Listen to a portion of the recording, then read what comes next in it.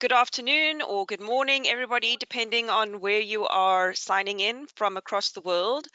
It is my great pleasure and honor today to invite you to join us in a conversation with some of the co-authors from the 4th volume of Rising to the Top. This is a wonderful book series that showcases the personal journeys of women engineers around the world. And this particular 4th volume is focused on women engineers from Africa who are leaders in their environments. So first of all, before we start, I would like to just give special thanks to the team that was behind putting this book together. There are 30 stories, 30 journeys in this book, representing 28 of the African countries. And this was coordinated by our sister, Taiwo Musa, who is the Dean of Engineering in Sudan. And then the other people who were involved in the whole process was the IFEES executive administrative team, as well as project coordinators, Salma and Laura London, and then edited by Kian from South Africa, and copy edited by a team from the Lemonade Hub group in South Africa.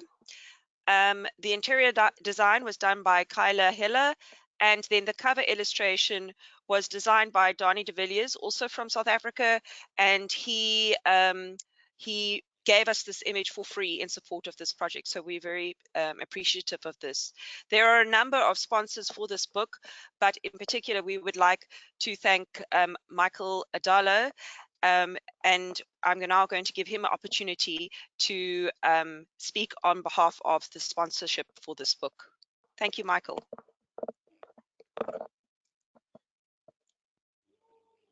Thank you, Deborah.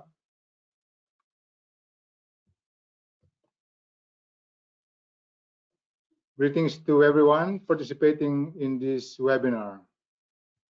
And on behalf of Ms. Mihoko Kumamoto, our Director for the Division for Prosperity of the United Nations Institute for Training and Research, UNITAR, who is unable to attend the event due to prior commitment, I would like to thank the International Federation of Engineering Education Societies, IFEES, and the Global Engineering Deans Council, GEDC, for being part of this great publication and for being invited in this book launching. UNITAR would also like to warmly welcome and congratulate the African women engineering leaders who are featured in this book, who all generously share their journeys to professional success. The significance of this book, launched today, cannot be overestimated, as it plays a vital role in advancing our commitment to promote gender equality and women's empowerment, not only in Africa, but globally. Recognizing African women engineering leaders across different sectors of society serve as our role models and inspiration, especially for women and girls, to excel in their studies, in their careers, not only in engineering, but in their chosen endeavor. 5 years ago, back in 2016, UNITAR adopted a policy for gender mainstreaming, gender equality, and empowerment of women. At that time, UNITAR made a commitment to achieve female-male parity of its beneficiaries in learning-related programming by 2021. UNITAR is delighted to report that the 2020 UNITAR results recently released shows a reversal in the female-male ratio, with 51% accounting for female beneficiaries in 2020. In more than 50 years of UNITAR's existence, this is the first time record of female participation higher than men for UNITAR. UNITAR's commitment to gender mainstreaming continues to take a central role in our programming as we work with our development partners. UNITAR has been supporting African women mediators and negotiators women leaders in pandemic and humanitarian crisis situations, promoting female leadership in peacekeeping operations and national security forces, as well as strengthening the capacities of women to take leading role in democratizing education and in creating economic opportunities such as access to livelihood and employment. I would also like to mention that UNITAR is launching a strategic response to COVID-19 crisis by empowering the Sahel region through digital reskilling and upskilling to enhance productive sources of livelihood and empowerment and employment training program. We have received hundreds of applications from the Sahel region, and we encourage women to register through the UNITAR website. UNITAR will also be actively promoting women's empowerment in our activities in 2022 by offering accredited academic degree in partnership with African universities and development partners in the region. We would love to work with women leaders in Africa in providing the inspiration and ownership of the programs that would help women and girls achieve their full potential and become active partners in shaping the future Africa aspires and deserves to be. Achieving gender equality and women empowerment is an integral to each of the 17 Sustainable Development Goals. Congratulations once again to the Africa women engineering leaders who are featured in this book. And we are keen to see new future leaders inspired by your actions and the professional journey that you have shared with us in this publication. Thank you, and back to you, Deborah.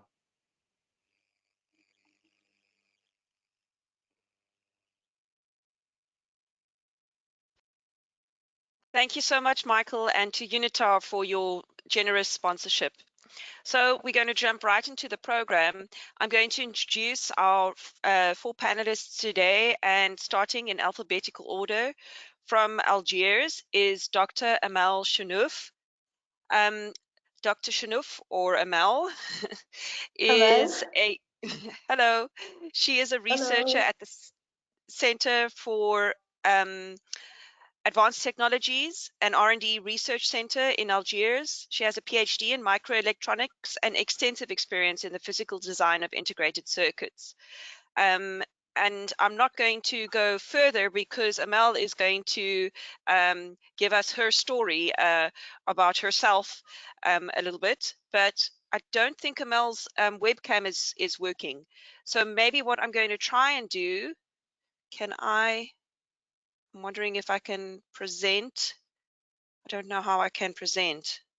I was hoping to put a photo of Amel up while she is speaking. Aha, show my screen. Thank you. So let me show my screen, and there you go. Are you able to see Amel? Yeah, I do. Okay.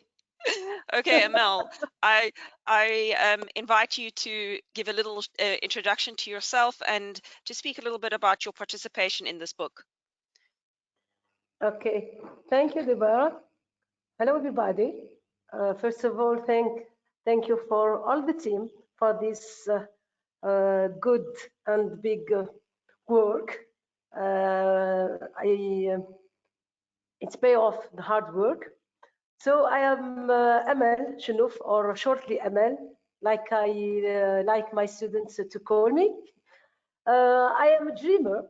I am a researcher, so my vocation is to an engineer in microelectronics.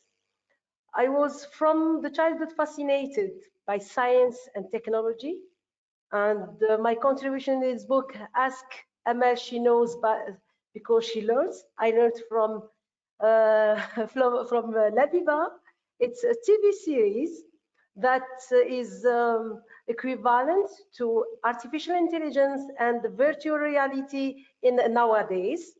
A curious character about science. So in my childhood, I felt in love with science because I watched a lot Ask Labiba.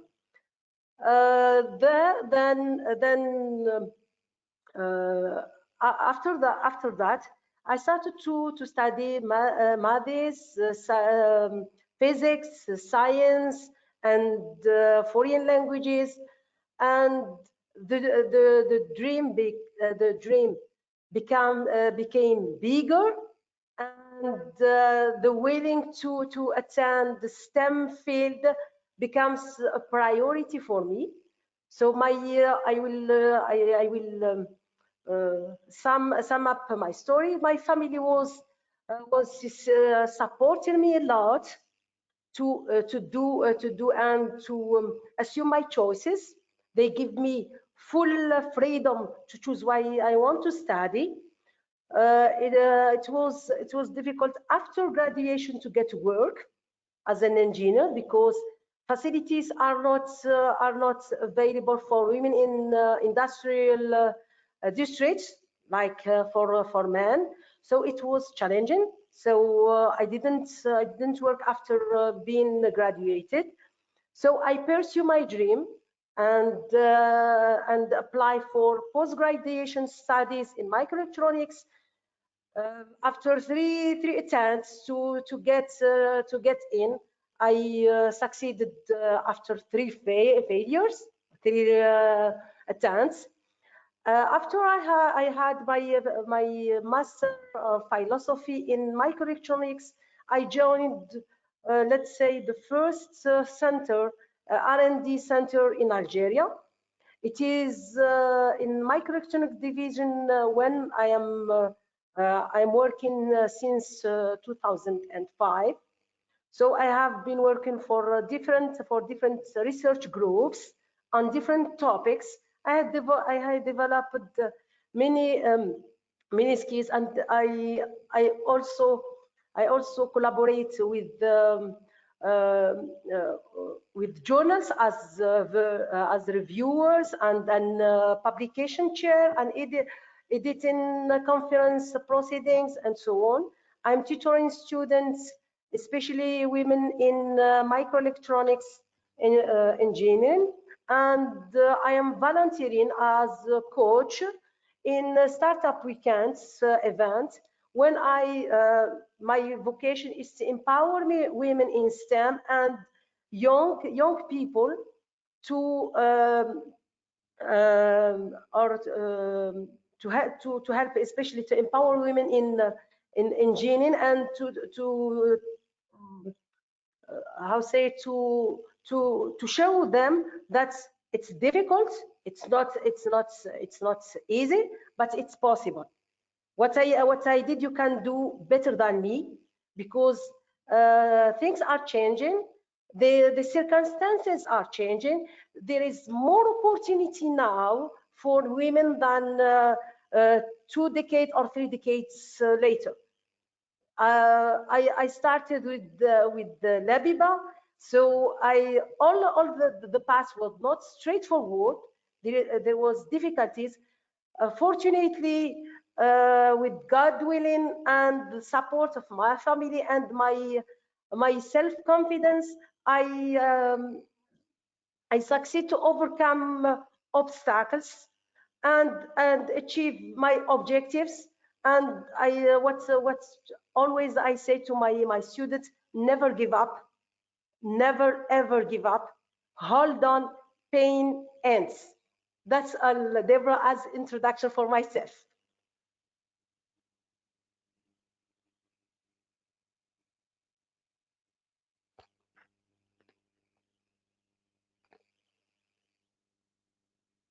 I'm not hearing you, Deborah. Thank you. Thank you for that. Thank you so much, Amel. And I think we're going to come back to some of the themes that you have mentioned in your story, because it resonates with our other panelists as well today. And so I'm going to move on to the introduction of our next panelist, Dr. Irene De Carvalho. Yes? So, Irene is the Dean in the Faculty of Engineering at the Eduardo Mondlane University in Mozambique. and she has a PhD in food engineering from Lund University in Sweden and a master's degree in food technology and quality from University Nova de Lisboa, so from Lisbon in Portugal, and a chemical engineering degree from her university where she is now the Eduardo Mondlane University in Mozambique. So with that, I'm going to hand over to Irene, and please will you tell us a little bit about your story?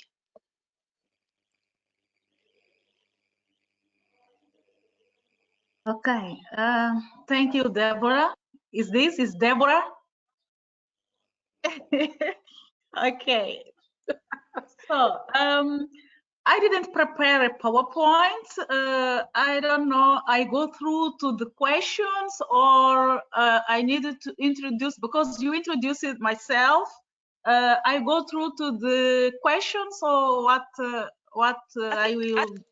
I think we'll discuss the questions at the end, but maybe just give us a quick summary of your story as you gave in the book. So Okay. 5-minute summary of your story, and then we'll go to the questions, okay?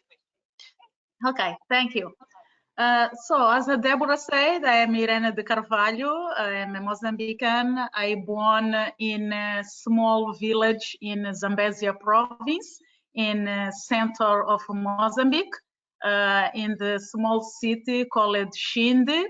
And then I went to Beira, also in another province in center of Mozambique, and when I had 2 years old, and I grew there until finish my secondary school. After that, I came to Maputo, the capital of Mozambique, to attend the university, because on that time we had only one university in Mozambique, and if you want to attend, you needed to travel, in my case, 1,200 kilometers to attend this. And on that time, we had this civil war, and it was difficult to travel to Maputo, but we came by bus, and we needed to sleep some days in the street until arrived. But okay, I survived. I'm here now. So I had 4 brothers, older brothers, but one was died.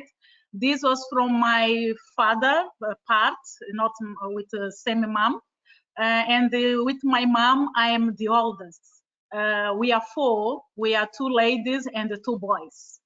So what I said in this my story in the book, since when I had 11 years old, my father disappeared at home, and we stayed alone. I as the elder and my 3 youngest brother was too difficult to survive, because my mom, she didn't work, and she stayed at home, and she didn't went to school. And yes, it's complicated to talk about this now. But for now, my mom is my heroine, as I said in the book, because she supports us a lot. And all the time she told us that the school is our future. And it's important we go to school, because every time she say that I am in this situation because I didn't went to school. If I went to school, probably I can get a job. I don't have a job now. My father disappears, and we are in this situation. Yes, on that time, I started to become like mother and father at home, because I was the only one that read and write something. But I think that I become strong because this story. And also, as I said, I play badminton when I was younger, around 9 years old. I was the only girl on this age that I played badminton, and I played with boys in same age and the age bigger than me. And I put in my mind that I needed to survive because I needed to play with this and also to win these men. This is why I said that probably I born with this determination, and this is why I continue to follow my dreams, because my mom didn't know what is about engineer, what is to become a medical doctor or something like this, but she put in our mind that you need to study, because the school is the good way to become someone. So in short, is like this that I wanted to share. Probably other things I can talk when you make a question, so not to go long now. I don't know, Deborah, can I stop here or? That is fine. We also must leave something for them to read the book about, right? Yes. Okay, thank you so much, Irene. And we will now go on to our next co-author, Kian De Tawo from Nigeria. So welcome, Kehinde. Kehinde is a professor in the Department of Food Science and Technology at Obafemi Awolowo University in Nigeria. She has a Bachelor of Science in Food Science and Technology, as well as a Master of Science and a PhD in Agricultural Engineering. All of these degrees are from the Obafemi Awolowo University in Nigeria. So, Kehinde, I invite you to tell us a little bit about your story. You need to unmute yourself. Okay, can you hear me now? Good. Thank you for that brief introduction. I'm number 8 out of 9 children, 4 girls and 5 boys. I was born in an era where they didn't believe in sending girls to school. So for us, going to school, it was accidental. My senior sisters got into a teacher training program accidentally. And because of that, all the other girls were trained. And when my mother saw the impact it had on the older girls, she insisted that all the other girls must complete their education. Actually, my mother had up to standard 2 education in her time. They were using standard and not primary. And with that level of education, she can read, or she could read and write in our native language. And up till her death, she could read and write the Yoruba language, but not English. She was trained in Yoruba. And she was my role model along my sisters. As I said, it was not common for girls to go to school, but my mother insisted that we should go to school. I'm a twin, for those who know the meaning of my name. And my other person is a brother. So we always went to school together. When we get back home, or when we got back home, my dad would be discussing politics with him, and I would wonder why he couldn't discuss with me. He would say, you are going to the kitchen, you are going to someone's house, and all of that. So I always make sure that after cooking, I still engaged myself in their discussion. I would take the newspaper and read it so that I could hold an intelligent discussion about current affairs. That's how I developed my interest in contemporary news. Till today, I still listen to news. I have a radio in the kitchen so that while I'm working in the kitchen, I'm abreast of what is happening around me.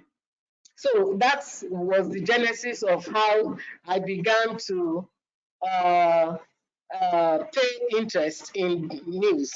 I went to public primary school and secondary school. I didn't grow up with any silver spoon in my mouth. We were not rich, but my parents were very principled and disciplined. As we were getting to primary 7, my senior brother would come from another town to coach us for the common entrance into secondary school. He would coach my twin brother and I. He played emphasis on my twin brother because he's a boy, but I always ensured that I sat there and showed interest. And I was blessed. I passed all my exams and I got admitted into a federal government school, and that made a difference in my education. I also want to say that while growing up, I used to hawk food. I mean, different items, whatever my mother was selling. Just to say I didn't have a silver spoon. I went through the rigors of normal childhood in a poor environment, but I was always very good in school. I was top of my class. If my brother came first this time, the next time I would come first. So it was always a competition between my twin brother and I. And with my good results, in secondary school, I also excelled in science courses. But when I got to the university, I first registered for biochemistry. But my brother-in-law encouraged me to change to food science because he felt that was the closest, the least difficult engineering course in the Faculty of Technology. The others are mechanical, chemical, civil, and so on. So from biochemistry, he felt I could survive easily in food science. So that was how I crossed to food science, and I graduated top of my class. At that time, we had two options in food science, the engineering, the science option and the technology option. Again, I took courses in the technology option, which enabled me, after my graduation, to move into agric engineering.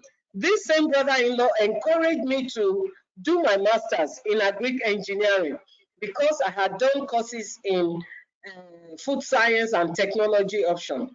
I had to audit courses in my undergraduate, during my master's and my PhD program in agric engineering.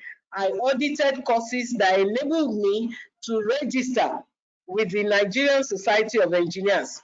I was doing PhD while auditing part 2 courses, strength of materials, fluid mechanics, and so on. You know, I had to audit these courses to register, which I did. And I was having my babies. I actually had my third baby. It was, I think, 3 weeks after I had my third baby that I went to sit for my professional engineering exam. My PhD supervisor was very supportive. His mantra is that pregnancy is not a disease. The fact that you are pregnant does not mean you cannot attempt things. So he always encouraged me to go for the best. And where I did my professional exam, I took a babysitter with me who would take care of the baby. And anytime the baby cried, I went to breastfeed and then came back to the exam. And surprisingly, I didn't need any extra time to do the exam. I finished in record time with the other students, applicants, and I was the first female to become a registered engineer in Ile-Ife, in the university and the environs where I am. And that encouraged, it has served as encouragement to many other female engineers in my community. I did not experience any harassment, sexual harassment as a student. There was only one staff that invited me to lunch and I didn't turn up. I just didn't turn up. I showed my classmates, look at this note, meet me for lunch. I said, this lecturer is inviting me to lunch. And he got to know that I had shown my classmates the notes. So he did not make an issue. Of course, I didn't do well in the course. He gave me a C. When I was doing my final year project, he saw me one weekend working in the lab. He said, I didn't know you were this hardworking. Actually, you got an A in my course, but because of what you did, you got a C. So that's the closest I ever came to having harassment. Otherwise, all around me, people believe that we are in the era where women should be given opportunities. And I have had bosses that believe in women who are engineers, and they have fostered my course along the line, giving me opportunities to attend programs, you know, and different things that have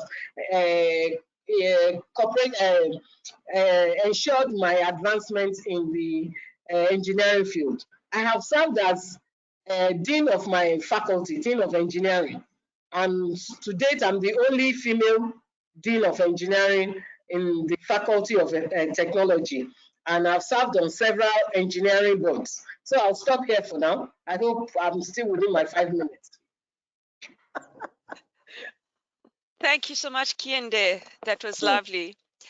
So our last panel member, Juliana Pallangyo, Julie, as she is known.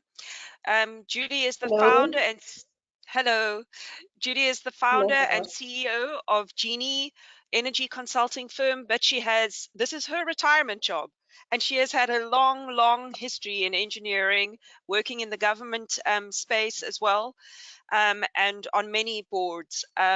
So I invite you, Julie, to share a little bit of your journey for us before we go into the question series. Thank you. Okay. Thank you so much, Deborah. You are all seeing me. I had a little problem before with the webinar because I was thinking of the Zoom, something like that. Anyway, thank you so much. My story for 5 minutes, quite, the time is very minimal.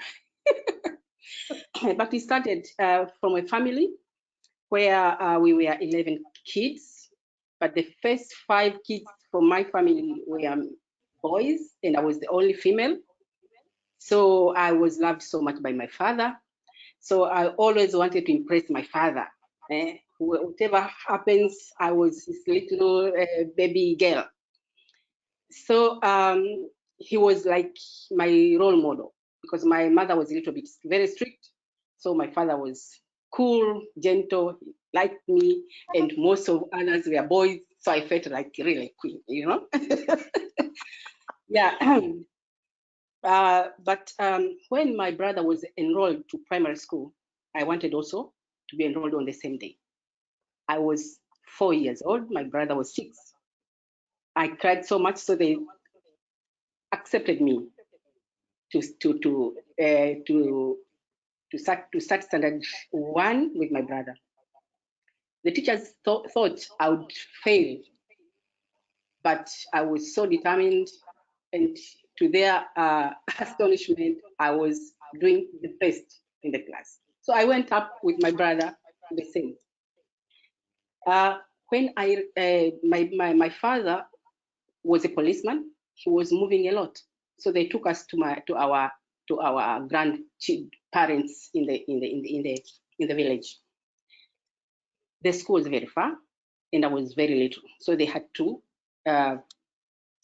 take me back one standard lower, so that I could catch up. But we went. I passed standard 4 by that time, and I went to standard 5. My brother was already at that school, boys, and I went to the girls' secondary school, primary school. But because I could not even wash my clothes, so my parents were called so that they can take me and be with them. When I started secondary school, my brother was already in the secondary school, and I was passing a lot because I wanted to impress my father, always. To me, my father was everything. So my brother said, you won't make it when you go to grade 3, because with the physics you are doing now is easier. You won't make it, because he was now taking art subjects. But I want to show him that I can work. So I worked very hard, and I passed all my examinations. After finishing secondary school, I was selected to take aircraft engineering. But my uncle was an engineer, electrical engineer, working with Tanzania Electric Supply Company, TANESCO. So he said, you don't need to go there. You have to work with TANESCO, because after all, you will get a job straight. You don't have to go to aircraft engine. Nobody does that. And because he was the best one, the land guy in the whole clan, everybody said, okay, you have to go to where your uncle wants. So I went to TANESCO, but very unfortunately, the first day I went there, most of my colleagues, they were all men. I was the only female in that course, electrical engineering course. It was a diploma course. I told my uncle, I'm all alone. Why won't I go and study with the girls? We were selected 15 best girls in the whole Tanzania to do this aircraft engineering. Why are you taking me? It's better I go there. My uncle said, don't worry, work hard.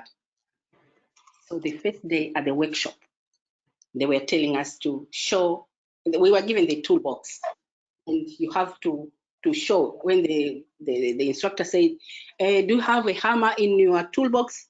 I didn't even know what is a hammer, what is a screwdriver. Whenever somebody picks up, and then I look at behind, and then I show also. It was so difficult. I went back and told my uncle, this is not my place. I have to go back. He said, no, work hard. But to say the truth and to cut the story short, I worked very hard. I came top of my class.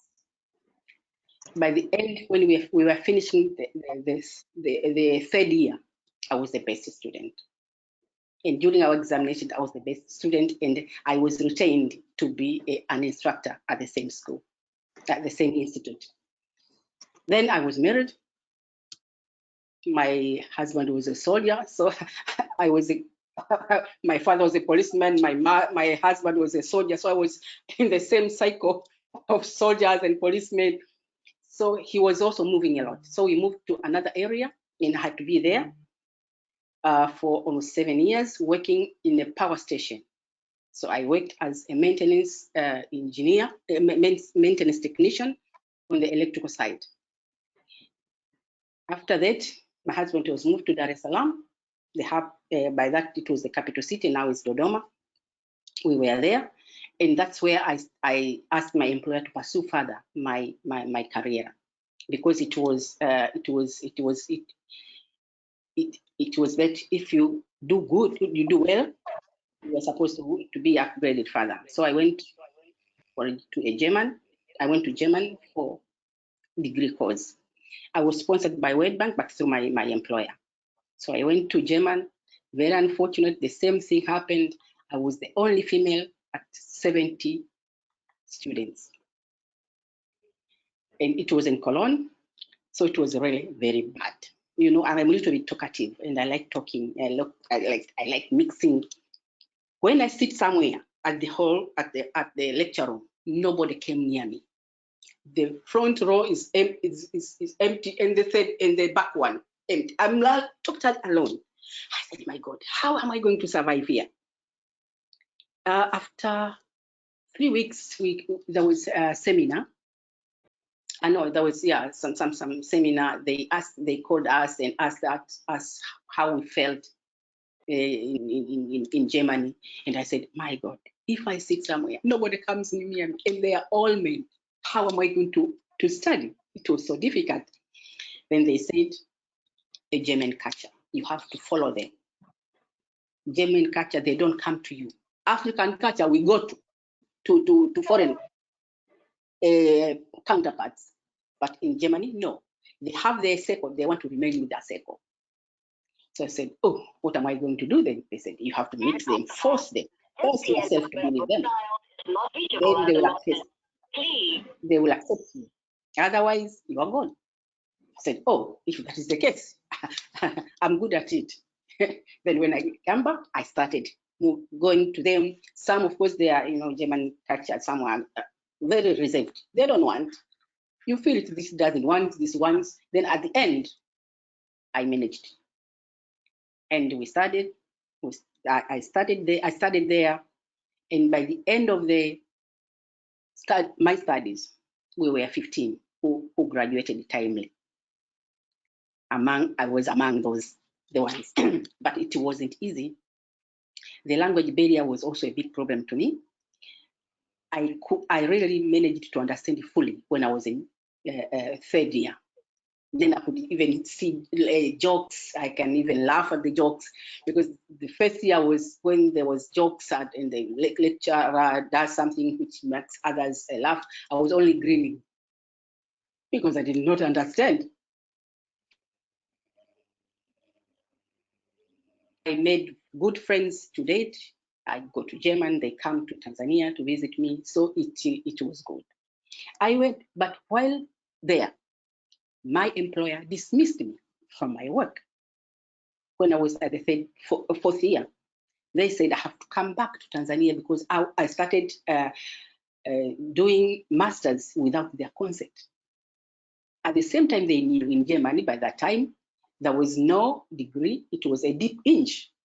Deep inch, it's degree and masters at the same time. And of course, I knew that it was just they wanted to frustrate me.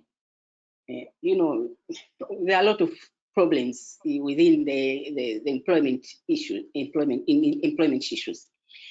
Then I came back home and they said, you have to terminate your studies because you went there for a degree course and not for masters. I said, but it's just one, 2 in 1. You get one certificate, which is a degree and masters at the same time. So that guy who was who had this problem, who was trying to make this problem with me, got a family problem, and so I went to his boss, and the boss said, they told me you are terminated already. I said, me? I said, no, I'm not terminated. I'm going further. So they allowed me to go back again to Germany, and I finished up. But when I was finishing, this guy wrote me a letter that I've been dismissed. He was a human resource director. Then I got it. I asked my husband, what should I do? My husband was very kind and good-hearted guy. He said, take your time, finish up your studies, come back, and we will see. I finished up my studies. I come back at home. I went back to my employer, and those guys who terminated my employment were also all sucked away by the government. So I thought the new regime will accept me, but they said, no, you were dismissed, so it's up to you. But anyway, finally, I went to court, and I was reinstated by the court. I came back. They didn't want to pay my money back. I went back to court, and I was paid. Yeah, I'm a very determined person, especially when it's my right. It's my will. I always struggle to have it. I had very rough time at my workplace. I worked for 30 years. Even my managing director was afraid of me, because you can't some things I didn't say it in the book, Debbie, because they are a little touched. But I was very much confident of myself, self-determination, and I worked very hard. It was not possible for me to be promoted normally. It was virtue of my certificates I had. That was my struggle. But it didn't undermine me. I was still the same, working hard and going through. It was then by chance, 2015, I was appointed as Deputy Permanent Secretary at the Ministry of Energy and Minerals. That was a very, very high post. From a principal to that post, it was really a blessing. But because wherever I got a job, wherever I was told to do something, I did it to my best. So people were saying, this little woman, she's doing so good. Why? So everybody knew that there was something which was not going well within the establishment where I was. But as I said, I got that post and I worked hard. There were big projects, and I worked well to make sure that our projects and those big projects will benefit my country and the world. But while I was in Germany, we had a seminar also for women. They asked us, what will we do when we are back at our home, our country, to help other women?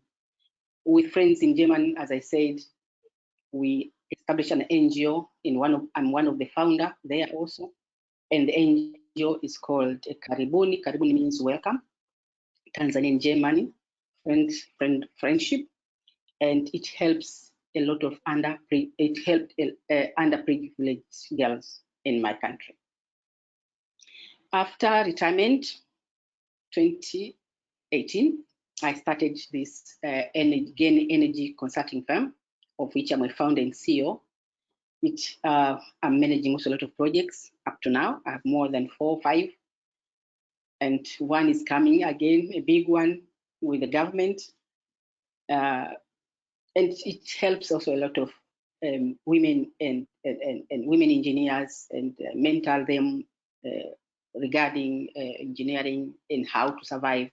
And about a month, 2 weeks ago, I had a paper. Some of the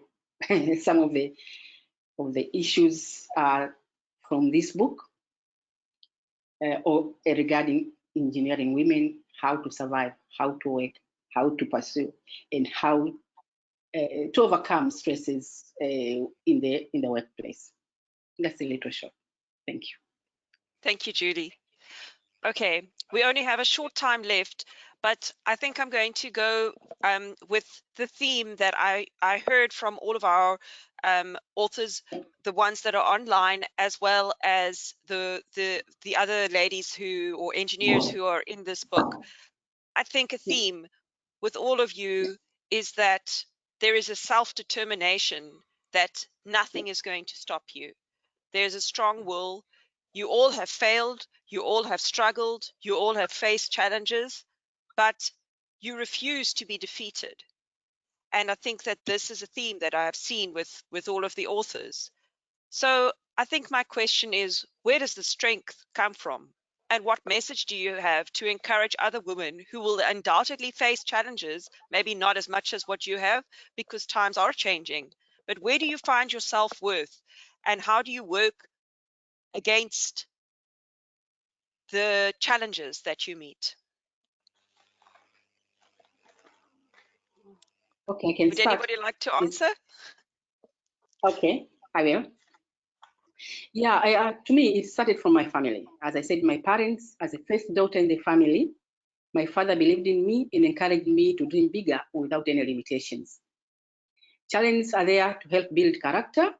It should not be a reason to give up, but rather give you more strength to fight and work hard with determination.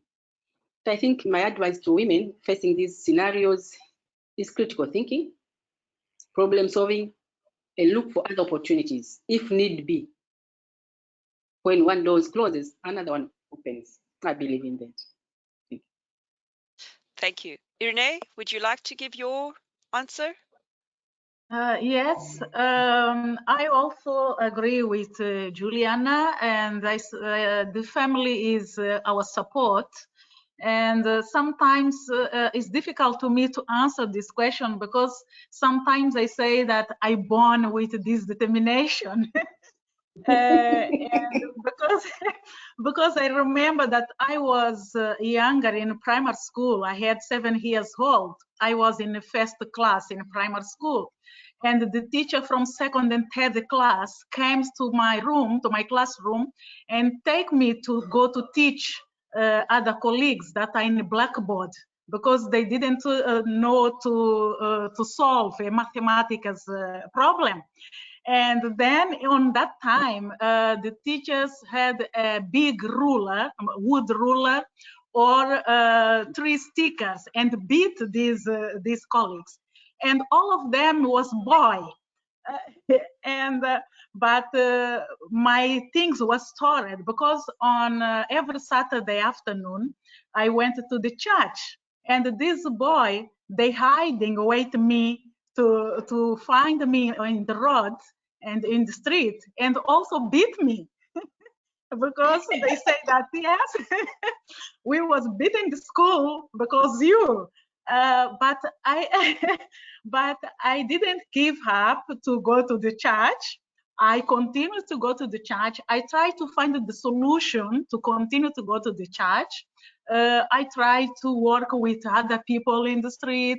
I tried to find a way to do other things. I tried to survive. This is why I think that, okay, I born with this determination. And also, I think that it's important. What I wanted to say to other girls is never give up. Be persistent.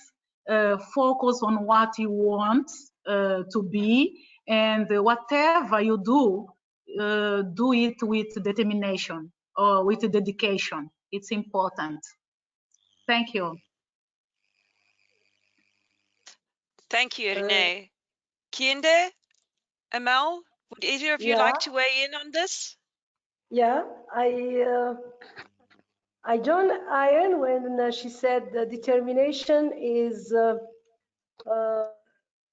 important for us as women in STEM or in engineering, because in my point of view, being strong is not a goal, but it's a process. It's a path that we cross it. We can go from weak to strong by dealing with our personal issues in education, in families, and in work. I used for myself, I used to be the major of the class, but when I felt for the first time my third year at the university, I was shocked. So I was weak at that time.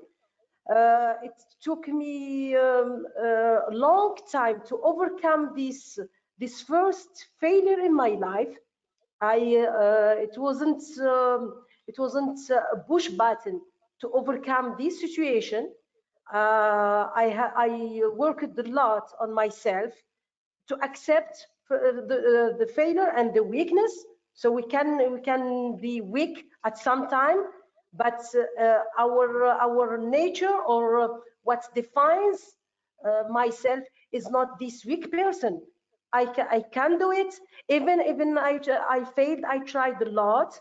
So I tried. I worked hard, especially for my work.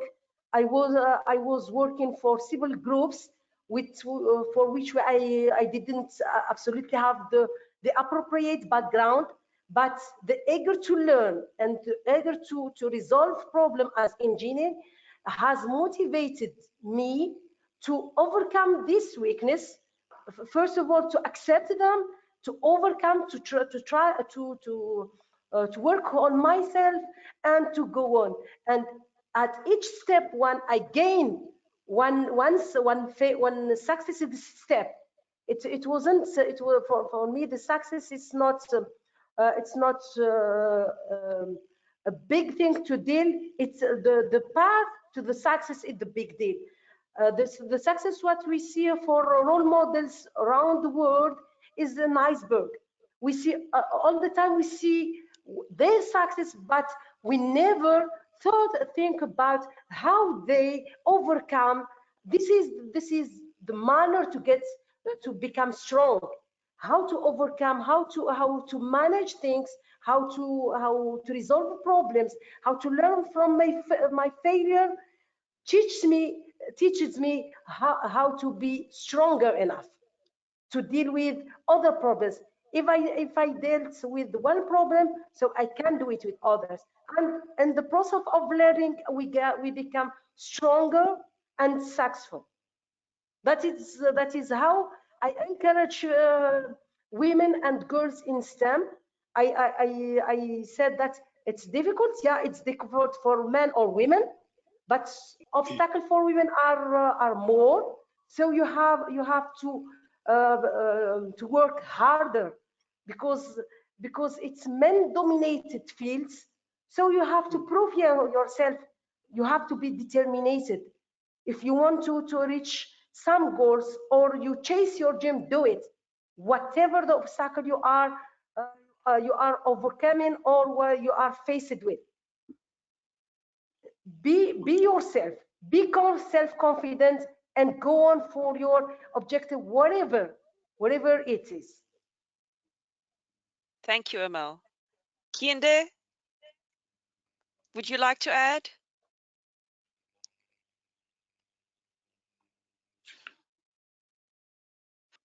Let me see if I can, it's possible, maybe Selma, I don't know why Kehinde is muted. Can we try and help her? Now, Okay. Can you hear me? We can hear you. Yeah, thank you. I have just a little contribution to all what the other speakers have said. For me, I grew up in a positive environment where I got positive messages. I think it was Irene that talked about family. Family is very strong for me. There was always a positive message. You can do it. You can excel. There is nothing wrong with you. Pregnancy is not a disease. You are not pregnant in your hand. You are not pregnant in your brain. You know, such messages kept me going. And it brought out a determination in me. And till today, I expect a lot from people. Sometimes I'm seen to be harsh and unsympathetic for excuses. You are pregnant, so what? Is that a disease? Is that a reason? Unless you are sick in pregnancy, there's no excuse for being pregnant or having little children. So I grew up with that, and I believe in myself, and I have role models, people who believe in me. I cannot afford to disappoint them. These people believe I can do something, therefore I go all out to do it. Thank you so much. I'm not sure we're meant to end at 5, but we have only just started the conversation. Or maybe we can go, let me just check my calendar. Maybe it was until 5:30. It's No, fine. there's, Yes. it is until 5:30, so we still have time. Yes. Yay! Yeah, that's it. Okay, so I think that a theme that is very strong in Africa is family, clan, tribe, community. This is something for me that, having lived overseas and being African, it's something that is very special to the African continent. We help each other, we uplift each other, and I think that this is a significant theme in this particular volume of the Rising to the Top in Africa. We walk together. So many of you have studied overseas, and all of you have worked internationally with international teams and people. What can we tell the world about this cultural difference? About how well, I think all of you have already started to say it is that environment, that positive environment that is there to support you along the way, that is helping. But maybe you can share something that is special about the African way and how this has helped you succeed in your life. Amal, maybe we will start with you this time. Yeah, okay. I think for us as African engineer, the role of the family is very important, and it's very supportive. If I compare it with some role models I met in the US when I was attending a Tech Women program, when we met many in Silicon Valley, the support of the family is very important wherever you are, in Africa, in the US or in Europe. But in Africa, because we are living in strong community, so each one of us depend on the others, not totally, not financially, but the supportive people around you let you go ahead. So for example, in Algeria, women are not encouraged, but are more motivated by their families to gain position, to reach high level education, and for those who majored in STEM and who haven't pursued their career or research, carried out research, it was mainly about the lack of supportive family, either their husband or their family. Some of my friends were very supported by their family, but when they got married, it was challenging to balance between family and work, family and research, family and getting high position. It was challenging, and their husbands and spouses, they weren't aware that is challenging for their wives, and they weren't all the time supportive. Compared to their fathers, their fathers were very supportive. That doesn't mean all the time it's the case. In some cases, we can find spouses very supportive, and you have to manage, and you have to balance the personal life with your professional with the business or professional or education and research. So all the time you need the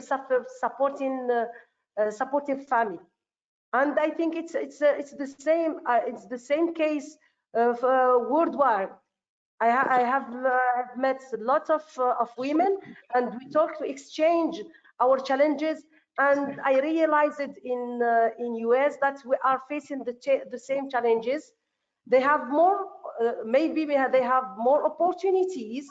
They are more independent, financially independent compared to us. But things are, even in Africa, things are changing, and are they changing at very high speed? Let's say it. So we can, for example, for me, I am living with the roommate, and I will live alone. A thing that wasn't accepted 2 decades before. So you can manage you can manage your work, your studies, and your research, and all the time you have your family behind you, supporting you. And what I think is it's a very good point of it's opportunity and good thing to take as African women and girls in STEM, because all the time we have family behind us.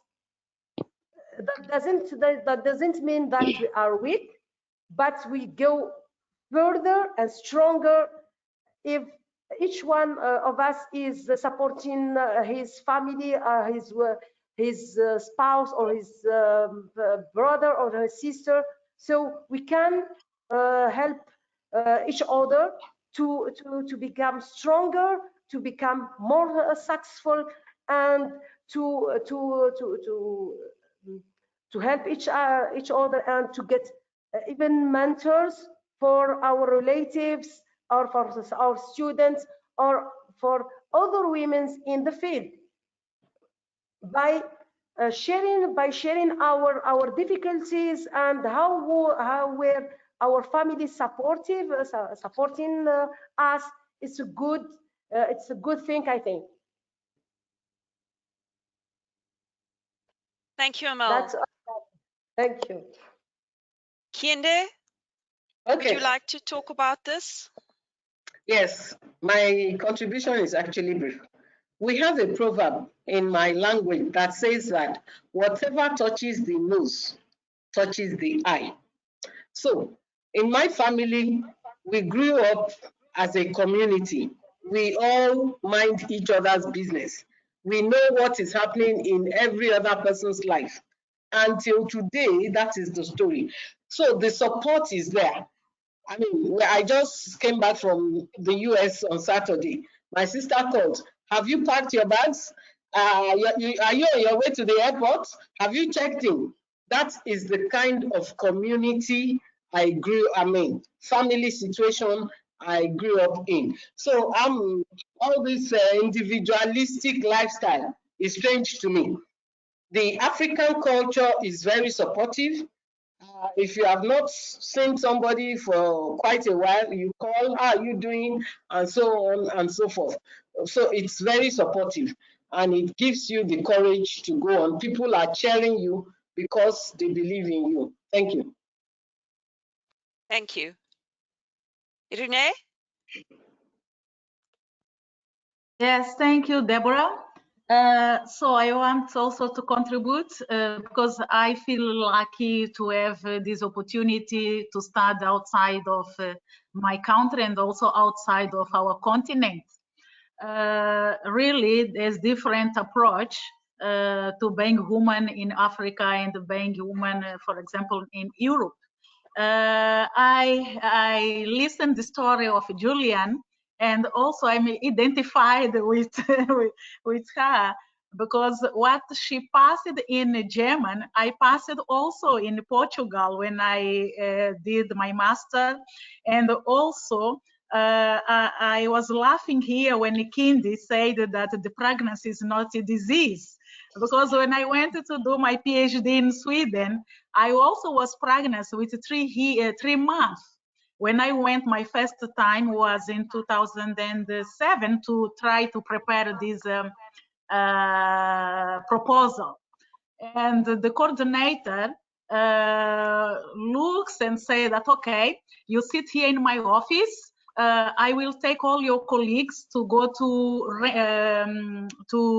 rent a house for next year, but you sit here in my office. When I come, I will talk with you.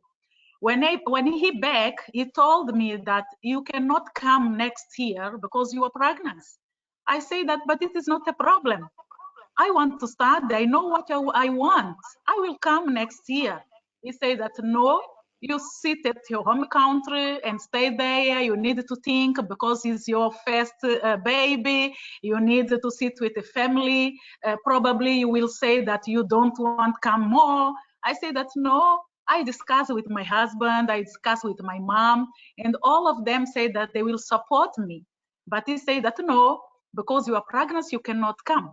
I remember that I cry a lot, but anyway. And then when I come back to Mozambique, I say that I will go back. I lost one year, but in 2009, I went to Sweden and I start my PhD. And all the day where something happens wrong in the lab experiment or something happen during the exercise, I put in my mind that, oh, you cannot give the reason for this man to say, I told you, why you come? I told you don't come, why you are here? And then, okay, I push myself and I ran to do my best and to show him and also myself that I'm able to achieve what I want. And this is why I said in the book, we was 6 in the city where we want, in Lund, because we are 20 in total, spread in the Sweden, but in the city where we was, we were 6, and I finished first of all of them. And the others started in 2007, I started in 2009, and I finished first of all of them. So what I saw there in Europe, I saw that, for example, in Africa, we have a support of our family and also people around us. But in Europe, it's complicated. You live alone. As Juliana said, no one go with you are. Okay? You need to survive. But the opposite is when you are married, for example, in Africa, you need to do everything alone in many families. I'm lucky because my husband, he understands, and we share our jobs, our experience. We communicate a lot. I think that communication is important.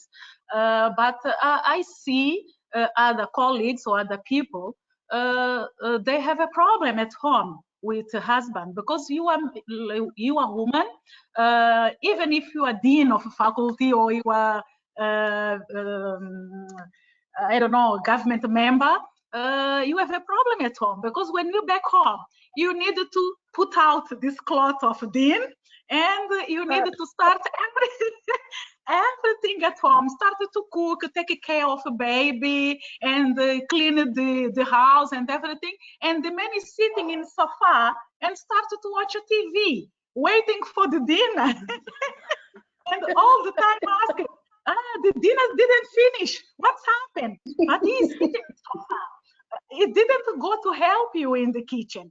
And also, first time when I saw in Sweden, men walking with the baby in the car, go to the garden, going to the supermarket with the baby without the mom, was strange for me, because in Africa, when you see a father go with the child or to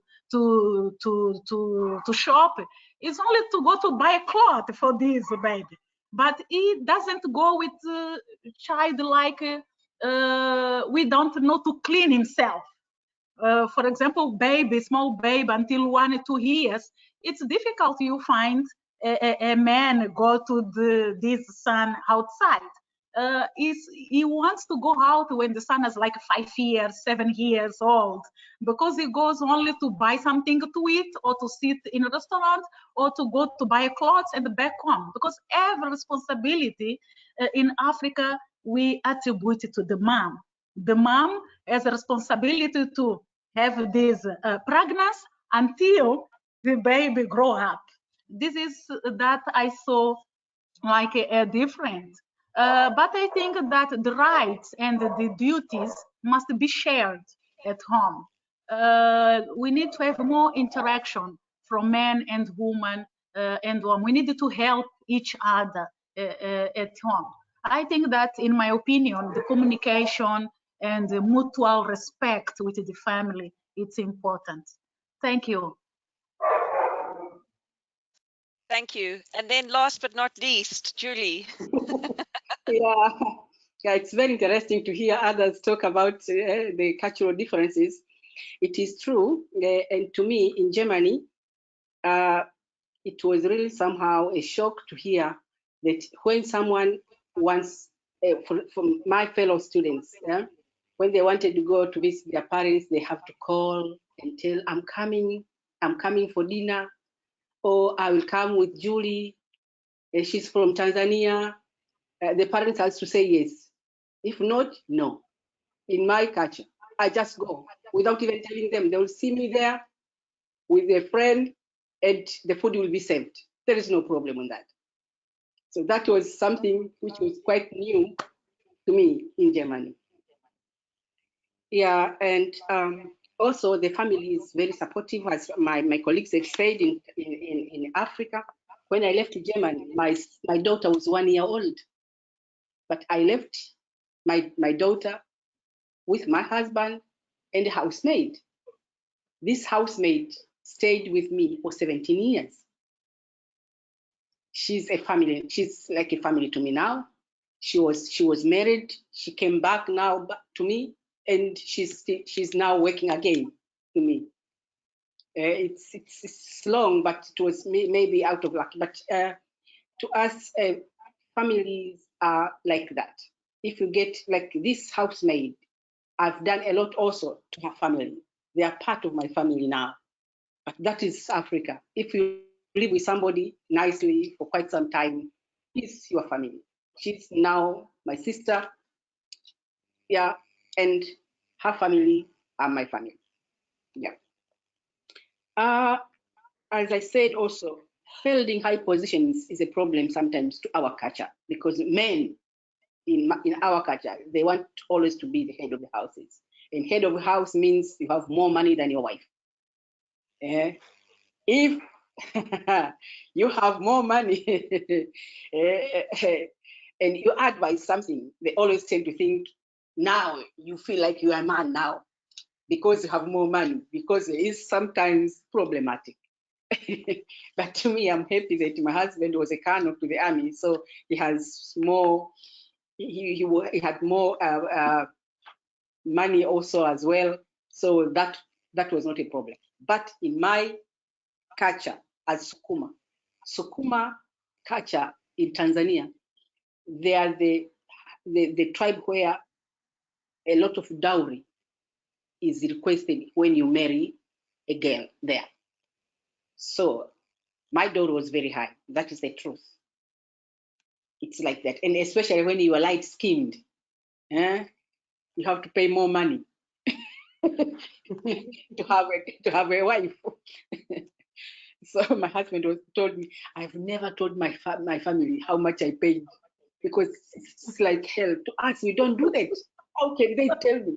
And I wanted to say no, but there was that old man who was saying, yeah, means no, he has to go and find more money. If not, no.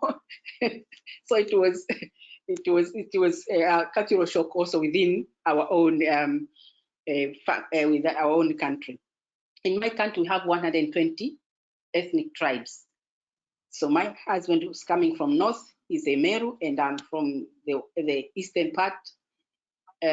East northern part.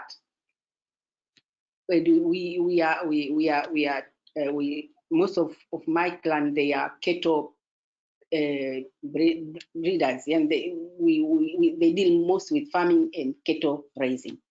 That's why the dowry are always high, because they have enough cattle. But otherwise, as my colleagues have said,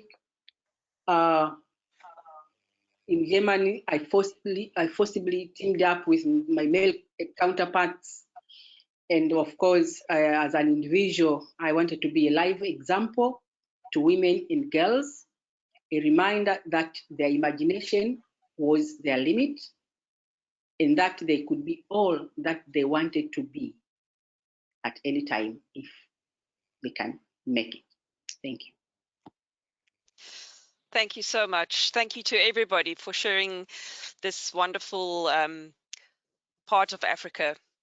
There's a question from one of our attendees, Maya Sutherland. She asks, would you agree that we need more mentors, role models like yourselves? I'm so encouraged and inspired to hear your stories. I see you, I hear you, I salute you. So what do you think about role models and mentors in widening open the space for women in engineering, especially in Africa?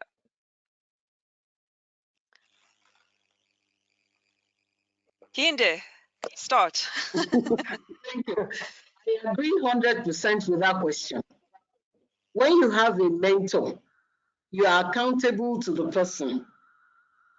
I mean, in real mentoring, you are supposed to meet at least once a month or something like that. Someone who is asking you, how are you doing? Somebody you do not want to disappoint. I mean, others can misbehave. You cannot afford to misbehave. So that keeps you in check. And if you have issues, you have someone who has gone ahead of you, who has trudged the path and succeeded and can guide you in how to avoid the potholes. Having mentors is not an option that I think it should not even be debated. And when you have a mentor, you are not living a solitary life, thinking you can make it on your own. Many of the issues of life, there is nothing new under the sun. There's nothing new you are going through that others have not gone through. And our people say that one person does not know it all. So when you share your burden with someone who has gone through that same challenge, the burden becomes lighter. That's my comment on that. Thank you. Thank you, Kian. And this is actually a reason why I encourage everybody who is at this webinar or who will later listen to this, please read this book, share it with young girls, because it is this book full of 30 women's stories that will inspire them and give them courage. Is there anybody else who would like to weigh in on the mentorship and role model issue? Yeah, maybe I could chip in. Yeah, because now as a consultant engineer with GENI energy consulting firm, I aspire to open more doors for young women in STEM to further their careers and work in this male-dominated professional industry. As a mentor and a role model, I will help girl women to show the way to the top for the development of our country and the future of Africa. Thank you. Thank you, Julie. Okay, so the next theme that I wanted to address was a theme that I think is true for women in engineering. When you are clever, educated, ambitious, and you are a woman, then you are not a normal woman. You are other. And like Irene said, those boys are going to chase you after church and beat you. Yet all of you speak about how you drive collaboration and inclusion in your work, how you facilitate teamwork and uplift those around you with your personal connections. How did you find the strength to face these challenges? How do you rise above these feelings of loneliness, of homesickness, and of otherness?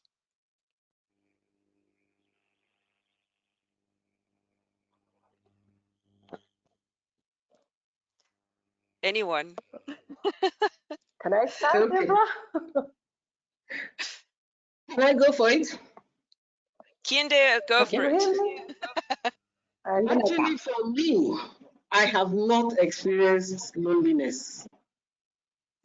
I'm a very social being. I have friends, and 1,000 people call me their friends, even when I don't consider them friends. So I am not lonely. I believe a lot in consultation. At various positions I have held, I always consult. So I carry people along. We understand why we're doing what we're doing, why we need to do it. So in growing up or climbing the ladder, so to say, I have not really been alone. And I have been blessed to be surrounded with right-thinking people, not people who think a woman should not talk, a woman should not lead. At some point, I had a colleague who said, I have somebody like you at home, so why should you talk to me in the office? And I said, it's true, you have somebody like me, but it's not me. I'm not your wife. I'm not everybody's wife. I am submissive to my husband, not to every man on the streets. No, that's not, even the Bible you are quoting does not say I submit to every man on the streets.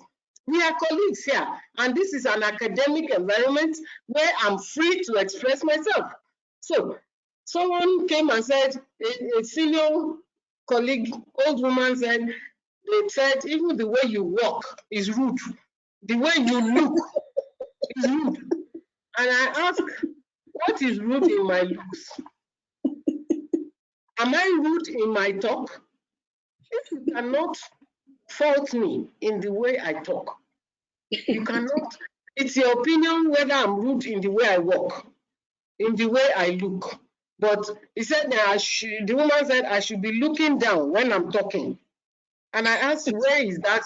Is that in our code of conduct? Do the men look down when they are talking to me? So I believe in myself a lot, and I challenge status quo. I don't hesitate to challenge status quo. So in terms of loneliness, I don't feel lonely because I always stand for the truth, and I'm very objective. If there's something I'm known for in my community or campus, it's integrity. They say when it is time for integrity, objectivity, they look for me. I don't believe in sentiment. I call a spade, you know, and I do it respectfully with due, what's this language? With due regard, or how do we say it? I tell you the truth. So you cannot fault me for being honest. If you have something to hide, it's a different thing. So the men that I have grown up with, that have mentored me, they are people with large hearts that have room in their hearts for a woman to prosper. My first presentation at a conference was from my MSc thesis. I co-authored it with my supervisor, and he told me, Kehinde, you are going to present this paper. And I screamed. He said, those who are talking, they are in your category. They don't have two heads. The worst is you will rehearse before that presentation. And he gave me a rehearsal. And honestly, that was it. I began to fly after that. He just gave me room to be myself, to express myself. So I have not experienced loneliness. And when I say the truth, those who stand for the truth also support me. Thank you. Thank you, Kehinde. Demo? So, yes? Okay, can I share something about feeling alone? Absolutely. It happened to me many times, especially in when I was young, because studying mathematics, especially math for women, for girls, was challenging. So as I was all the time measuring the class. So I got jealousy from girls and boys. So my classmates were avoiding me, avoiding me because of jealousy. I was frustrated at that time, especially for 2 years. In the class, I sit alone. Imagine for 2 years I sit alone in the class because I was focused on studies, not anything else inside the class. I felt somehow rejected, especially from girls. But at the university, it changed. It has changed. Fortunately, it has changed. I met lot of girls fascinated about STEM, especially in engineering. So we shared objectives, dreams, commitments to carry out research. So it was supported at the beginning. It was frustrating. Then it became supportive to meet people that share with you the same things, points of view. But when you are surrounded with people who don't share, you feel yourself that you are alone. It's true. It's hard to bear, and sometimes it's very difficult to bear. But you have to say to yourself, as Kehinde has said, it's about your integrity. You have not to change yourself to suit others. You are what defines you. They accept you. You respect them, and they have to respect you. If you don't share the same ideas or the same point of view, discuss to resolve problems, and you have to respect the other, whatever his gender, especially for work. If for 16 years I have been working as the only woman in the team, I faced some problems at the beginning with some colleagues because of all the time because of jealousy. But if you prove yourself as a member of a team, and it's about a team building. It's not about your individualism as a woman or a man. We are collaborating in a fluid manner. So if you gain their trust for your professional point of view, and be objective, as said also Kehinde, because when you are objective, even the person in front of you is jealous, but will accept and will respect your point of view. And that's what happened for me. I'm the only woman in the team. I am leading the team now, but there is no jealousy that I am leading a team men dominated. I'm the only woman with them. We collaborate, we discuss, and we are becoming as a family. So your commitment, your hard work, and your respect to others, and respecting to be honest, and respecting your integrity, it's your value for people. And for people who are not okay with that, let them go. It's not a big deal. So people, you respect yours for your values. So if they share a value, they respect you, and you will not feel alone. But if they don't care a lot, because you are pursuing your career or your work or your life according to your own values.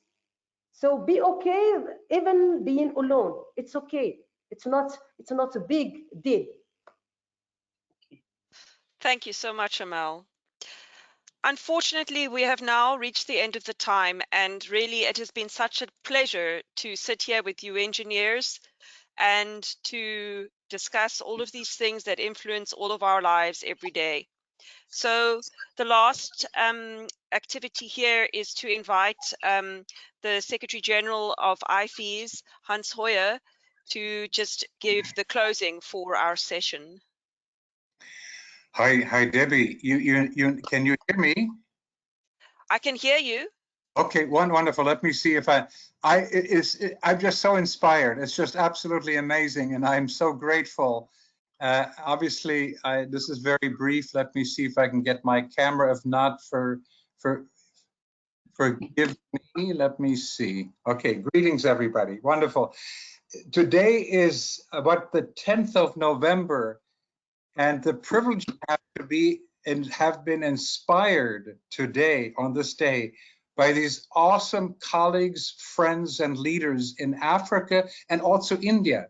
Before this session, we had our session of Indian leaders, for example, which was just also very inspiring. But this, at a deeper, very personal, and I would even say emotional level, what you touched upon is quite impressive, by the way. And I'm just looking of some of the concepts I heard from you. I'm going to share this with many others globally, particularly next week. Aliki and I will be together in Madrid at our global conference, and some of us will be. So Neil, by the way, as you know, will be with us in person. Of course, most will be online per se, but some of the inspiring words and insights that I've heard from you, colleagues, ladies, is keep the light burning, believe in yourself, never give up, refuse to be defeated, learn from failure. And what I thought was amazingly powerful, particularly as a dad of several children, pregnancy is not a disease. I love that. Whoever had said it per se, that's powerful. And how he described your life experiences, I just want you to know that I'm just very honored to work with Debbie and her brilliant facilitation. By the way, Debbie, we'll have another conversation. I'd like you to facilitate other webinars moving forward per se. Just another couple of comments also. As I mentioned, we have our global conference next week in Madrid, working with some awesome friends, and we'll have a webinar there bringing together the leaders, the women leaders that contribute to all 4 of our editions. You probably know the Africa edition, of course, is coming out now. India is coming out now. We had 2 previous ones. And I'm in discussions already with leaders in the MENA region, as well as Southeast Asia, some wonderful friends and colleagues. So this journey of connecting the women leaders such as yourselves in regions and also globally is very, very deeply on our strategic priority in mind. So I just want to thank also. I didn't have a chance to say anything, of course. My dear sister Tagwa works closely with Debbie in terms of this journey here. And I could mention Laura and Kayang and of course Aliki on our team and Salma per se. I'm just a very privileged person to be inspired and learn from all of you moving forward. Michael, many thanks in your representation of UNITAR. Very much deeply value our partnership and friendship moving forward. Peace be with you. Please stay healthy. And it's just been a spectacular presentation. Thank you kindly, Debbie. Thank you all. Thank you. Thank you so much, everyone. And thank you to our audience for being here and participating. And I wish you a safe rest of the year. And may we have a much better 2022. Amen. Thank you. Bye-bye. Bye-bye. Thank you. Bye. Thank you. Thank you so much.